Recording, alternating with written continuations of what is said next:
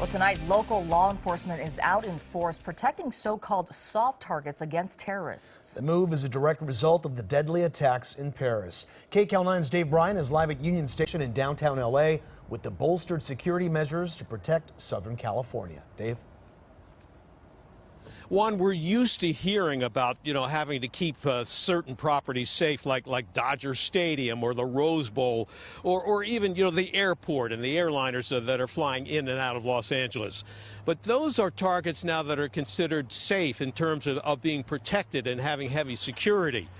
Now, everything has changed in the wake of Paris, where other facilities that were always considered soft and didn't have much protection and security are considered targets as well because of what happened in Paris.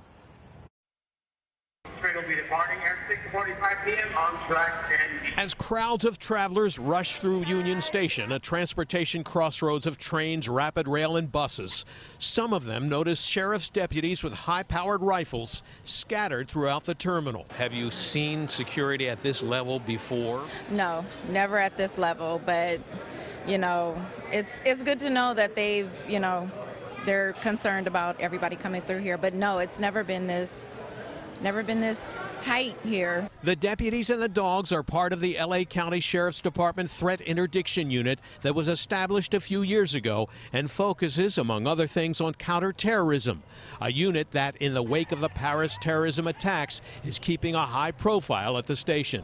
Rosalind Mott says she noticed more deputies standing by at the metro stations as she passed through on the Gold Line. Yes, they were in Pasadena, where I normally get off at my station, which I've never seen before. They were actually standing there and just checking everything out. Trains and train stations are among the so-called soft targets, including shopping malls that will be packed with shoppers during the holidays, to which local law enforcement is now paying a lot more attention.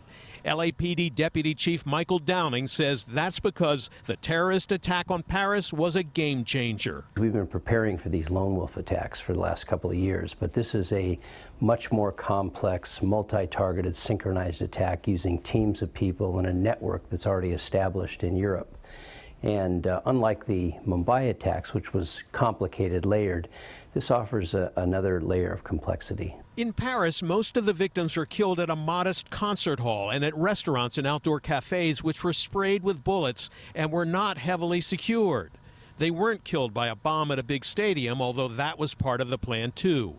Now, with new international travel warnings and plenty of jittery nerves at a time of year when it seems like everyone is on the move, President Obama tried to reassure the American people that law enforcement at every level is working together to keep the country safe. We are taking every possible step to keep our homeland safe. They did so before Paris, and they do so now. But the job for the Sheriff's Department and the LAPD and other local law enforcement agencies may be getting larger and more complicated since Paris because the targets have expanded and the sophistication has increased. Well, I think wherever you have mass gatherings of people, terrorists, it looks like they're moving away from striking these iconic symbolic targets, and they're looking at ways to kill the most number of innocent people that they can because that's what's getting the most publicity. So I think we're looking at more soft targets where there would tend to be less security. Malls, train stations, rail, sports arenas, coliseums where there's sporting events, similar to what happened, nightclubs, etc. A terrorism expert with whom we spoke last week told me that 80% of terrorist attacks now are aimed at facilities that have no security perimeter and no guards on hand. Something certainly, Susie, to keep in mind for future protection. That's right, Dave. Thank you very much for that.